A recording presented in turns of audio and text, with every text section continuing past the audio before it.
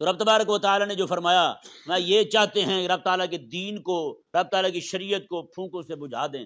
آج دیکھیں ذرا، آج امت مسلمہ کے جو علماء ہیں، علماء حقہ جو ہیں، ان کی ذمہ داری بنتی ہے کہ وہ خدا کے لیے کھڑے ہوں، اسلام کے دلائل کو ہمیشہ جمع کر کے رکھیں، ازبر ہونے چاہیے، تاکہ وہ اللہ تبارک و تعالیٰ میں یہ چاہتے ہیں پھونکوں سے بجھائیں۔ رب فرماتا ہے کہ میں پھر پورا کر کے رہوں گا۔ رب پورا تو کرے گا اسے، یعنی رب تبارک و تعالیٰ دفاع تو کرے گا اس کا، لیکن دفاع تو اپنے بندوں کے ذریعے کرائے گا نا۔ اب اللہ تبارک و تعالیٰ اپنے حبیب کریم علیہ السلام کو تو نہیں بھیجے گا، اب رب تعالیٰ کو نئے نبی تو نہیں بھیجے گا، ذمہ داری تو پھر علماء کی بنتی ہے۔ یہی جناب دلائل جمع کر کے رکھیں، جب بھی کوئی دین کا دشمن کہیں سے کھڑا ہو تو وہ جناب فوری طور پہ اسے جواب دیں، اس کا منہ بند کر دیں۔ جی یہ از حد ضروری ہے، علماء کی ذمہ داری ہے کہ وہ دلائل ہمیشہ اپنے پاس مہیا رکھیں۔